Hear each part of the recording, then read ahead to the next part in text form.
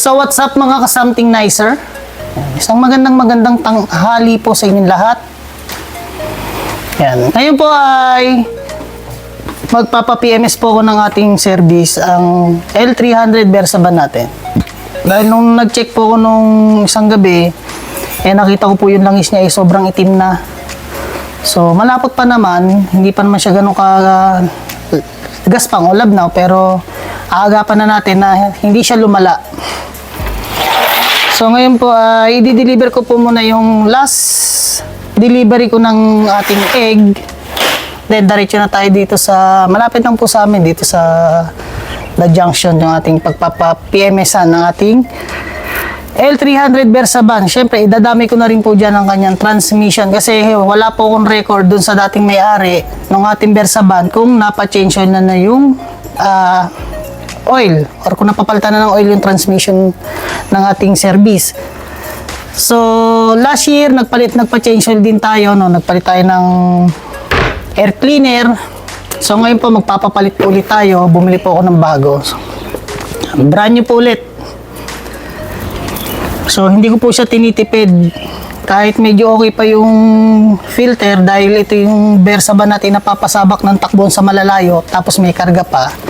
So mas mabuti ng walang sakit sa ulo, no? Kaya papapalitan na rin natin para makahinga naman ng maganda yung mixture niya. Ayan. So ilalagay ko po dito yung ating filter para hindi natin makalimutan yan.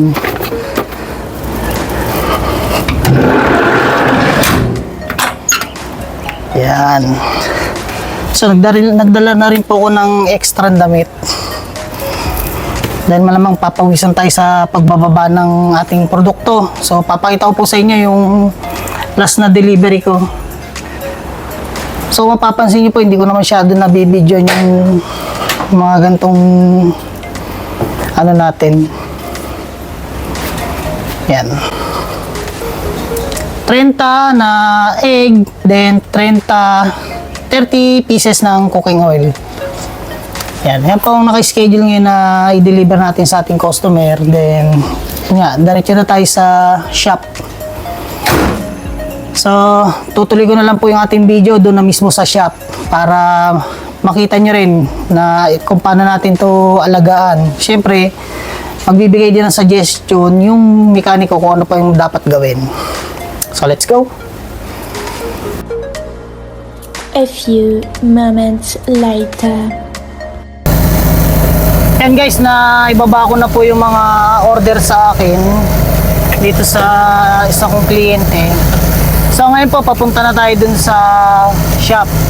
So malalaman nyo kung ano po yung shop na itatry kong pagpa-change oilan or pagpa-PMS-an itong ating service or pang negosyo ban. So first time ko po dito, kahit matagal ko na po itong nakikita, kaya susubukan po natin kung gaano kagagaling at kung maayos ba gumawa dito sa shop na to. So alam nyo na rin po ito. So first time ko po magtitiwala dito.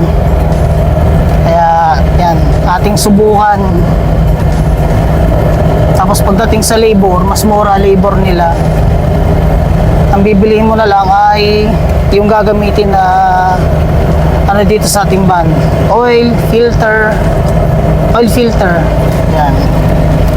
Pero yung air cleaner o air filter, kung sa mas kilalang tawagin, so ako bumili po nun.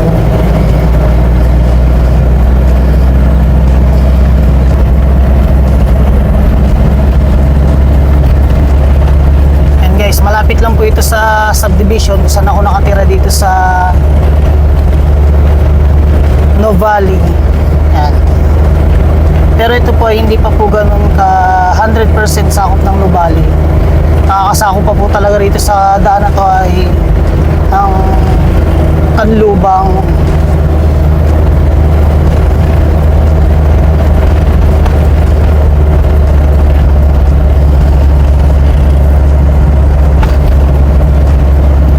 Sa ganda po ng daan dito, kalsada, na yung magja-jogging dito. Yan guys, lapit na tayo. Nakikita nyo po yan. Yan. gasolinahan pong yan mismo, tayo magpapa-PMS saan po malapit nakatira. So susubukan po natin dyan. Marami po nagsasabi maganda rin yung kanilang serbisyo, kaya atin po subukan. Mga kaibigan na nag-try po sa ganyan, maayos din at mas malaking mura kaysa sa mga kasa.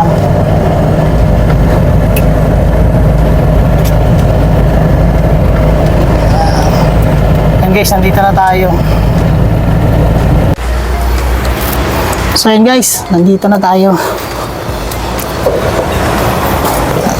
Mamaya papakita ko po sa inyo yung performance ng ating engine oil kung bakit ko po siya ipapa-PMS.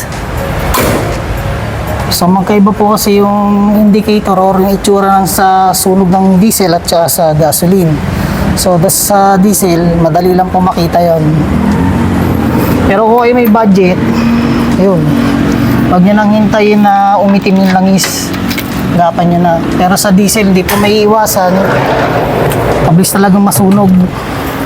Ang basihan na lang po doon, pag kinapa nyo at sinalat, medyo magaspang, yung papalitan nyo na, pa-change oil nyo na. Lalo itong atin, lagi pong natakbo ng Batangas at may karga-kargang mabibigat, so kaysa masiraan, agapan na natin. Yan. So papakita po sa inyo yung filter. Yan.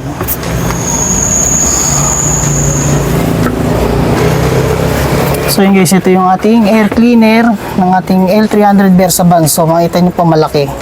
Hindi siya kagaya ng sa ibang mga sasakyan na flat, na malapad. Ito bilog, na pahaba. So papalitan na rin po natin yan kahit bagong palit tayo last year, para siguradong maganda ang higop ng hangin at maluwag. Yan, at laging tipid sa diesel pagka ganon. So kung mapapansin nyo, sa iba ko po siya dinala na shop. Ngayon susubukan natin dito sa Shell kung saan ako malapit, para hindi rin ako bumabangga sa traffic. So ito si Kuya, siya yung hahawak ng ating unit. So mamaya papakita ko po sa inyo bakit ko po pinagdesisyonan na pa-PMS na po ito. So marami din tayong i-check dahil tayo po itakbo ng takbo. So napapadala ng ating pag-check ng ating unit. So yun guys, magsisimula na kami nito yan. No? So siya yung trusted mechanic natin ngayon na hawak ng ating Versavan. So yung huli, last year lang kay Easy Works. So ngayon kay Kuya tayo. So ipapakita po namin at ipapakita ko sa inyo bakit ko po siya ipapa-change oil. Dahil ito po ay talagang takbo ng takbo sa Batangas. Papakita ko po sa inyo yung performance ng langis kung bakit ko po siya pinag-decision ng ipa-change oil na po ulit. Yan guys, so makikita niyo ating new unit. Yan, nalaga ko po sa punas yan. Neighbor ko po yan in engine wash. Punas lang po tayo dyan para po hindi magka-problema sa mga electrical. Yan. Linis ah. Papakita ko po sa inyo ang ating, dito po makikita yung yung oil level at yung performance. So kung mapapansin niyo po, maitim na. So nung sinalat ko po yan, medyo magaspang na. Kaya ipapa-change oil na po natin. Talagang nasunog katatakbo ng malayo. Sasamahan pa ng traffic. So hindi pa po lahat nakakababa, kaya akala nyo kulang. Pero yan po ipasok pa. Kahit po yung isasali na lang is lumagpas ng konti dun sa level na yon, wala pong magiging problema yan. So meron dati kasi nag-comment na lumagpas, magkakaroon daw ng problema. So hindi po totoo yun. Huwag po kayo maniwala doon.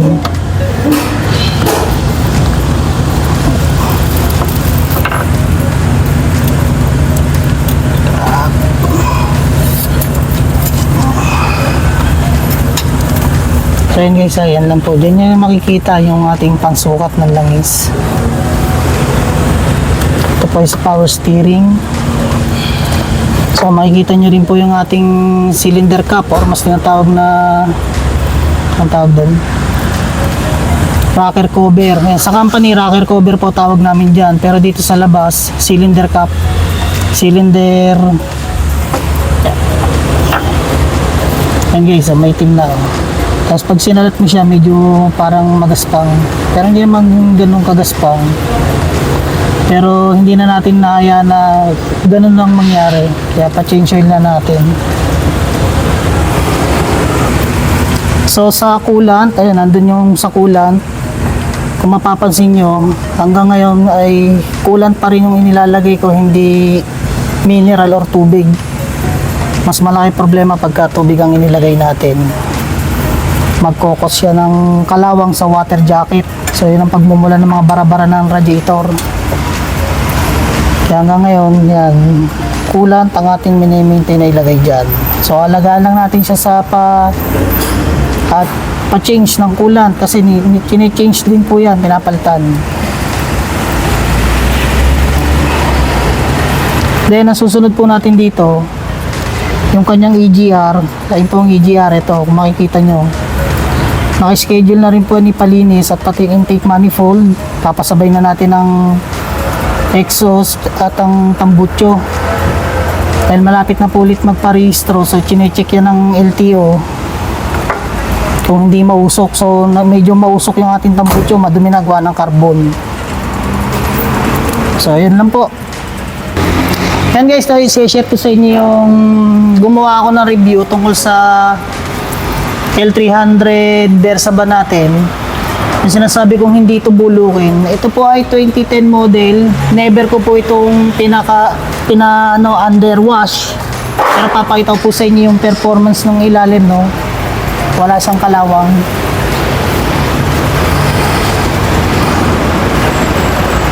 Ito guys, makikita nyo, sariwa yung ating pangilalim ng L300 Versa van. Lalo yung flooring. Yan yung flooring. Yung tambutso, hindi po yan mismong parang kalawang. Normal po yan. Pag po yan na napunasan, tatanggal pa yan. Parang ganito pa kalalabasan yan.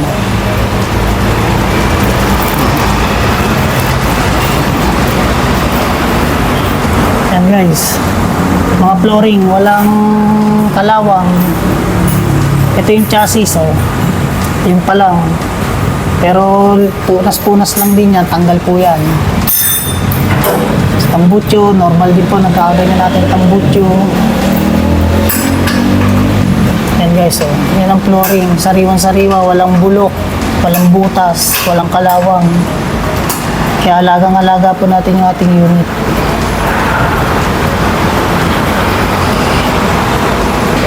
So dito po tayo sa bilang side para mas kita niyo yung flooring natin. Yan, oh. Yung iba ko pong sasakyan, no, pina-undercoat na natin dahil kay bago-bago nung tumakbo ng naulan, nagkaroon agad ng sinag ng mga kalawang. Pero ito, lumulusong pa to sa baha. Pero ayan, makikita nyo, hindi siya kinalawang. So ganun katibay ang mga sinaunang sasakyan. So si Kuya po pala yung ating trusted mechanic dito sa Shell. So, ayan. Sulit na. Ang konti lang, ito lang sa So ito ba guys, ito yung pangilalim ng ating L300 Versa van. So mapapansin nyo, solid talaga yan, na hindi siya kinakalawang. Ito lang, normal naman to kasi ito ay napalta na dati. Pero hanggang radiator condenser, mga pangilalim, mga original pa po yan. Hindi pa yan napapalitan. Kahit ang tie rod end natin, original pa yan. Ball joint, yan, ayan ang ball joint, original pa rin yan. Rubber damper, original pa rin. So yung isa parang pingas na, nakita ko rito. Yan nga, pingas na yung ating isang rubber damper ito. Ito po ay condenser ng aircon para sa secondary po yan sa likod. At yung kasunod po ay radiator. Ayan. At ito naman po ang condenser sa unahan ng aircon. So nasa unahan. Tingnan nyo naman guys yung chassis. Solid sa kapal. Diyan nakatornilyo ang body. Ganyan katibay ang L300 Versaban. So kung hindi po natin naalagaan yan, talagang hindi yan tatagal ng ilang taon. So ito po ay 2010 model. Anong year na ngayon? 2025. Matanda na rin kung ikukumpara sa ibang sasakyan. Pero ito po ay condition na tumatakbo pa. At hindi nagbibigay ng sakit ng ulo. So ito po yung makikita niyo, no? Wala pa rin kalawang. So yun yung sumasalo ng tubig sa kalsada eh. Yan.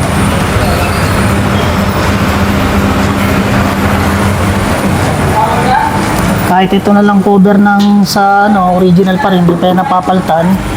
Hindi siya kinakalawang guys. Pero itong mas sumasalo ng mga putik.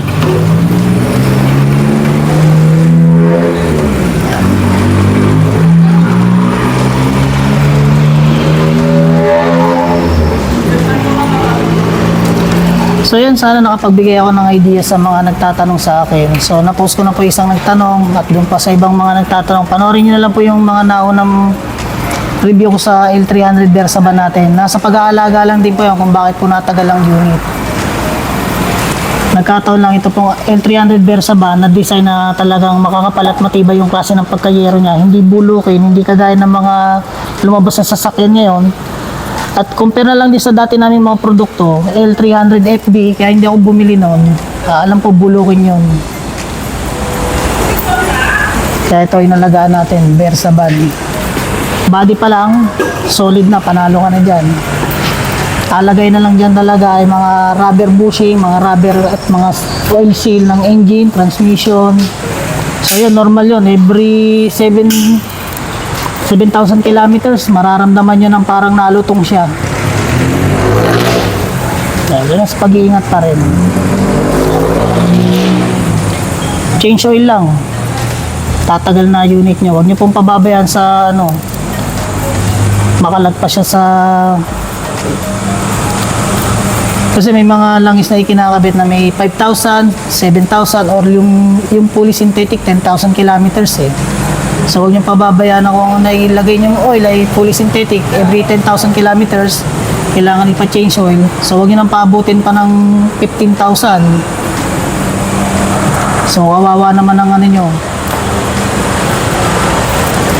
Dahil magkakaroon na po yun ng tawag doon. Medyo may mga matatalas na yung masasalat doon eh. Yan ang pagkagumasgas sa ating bore. Ayan. Paparibor talaga kayo. Nahalo, nasama yun sa pagpalo ng piston.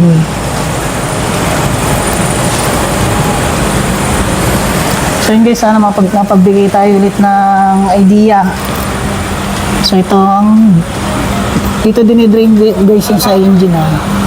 Ayan. Ako din na nagde-drain yun sa company. Pag pinandar namin sa company yung unit, tatanggalin namin yung langis na napasalin para palitan ng pang-brand new bago dalhin sa kumpanya.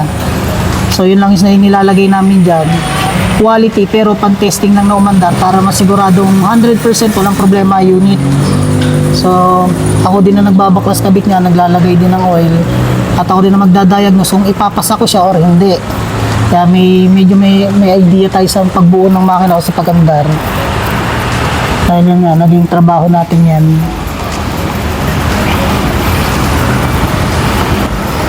So yun guys, hanggang dito na lang yung ating video. Sana napagbigay kami ng idea. Lalo doon sa mga nagbe-Versaban at hindi pa kabisado kung paano i-maintain yung inyong mga unit. So panoorin nyo lang video, makakuha kayo ng idea kung paano po inaalagaan itong ating L300 Versaban. So maraming salamat ulit sa inyo. So maraming salamat kay Kuya nang tinulungan tayo. Sana magustuhan niyo yung video. Sana magustuhan niyo yung video. Pangilang review na natin to. So peace out guys.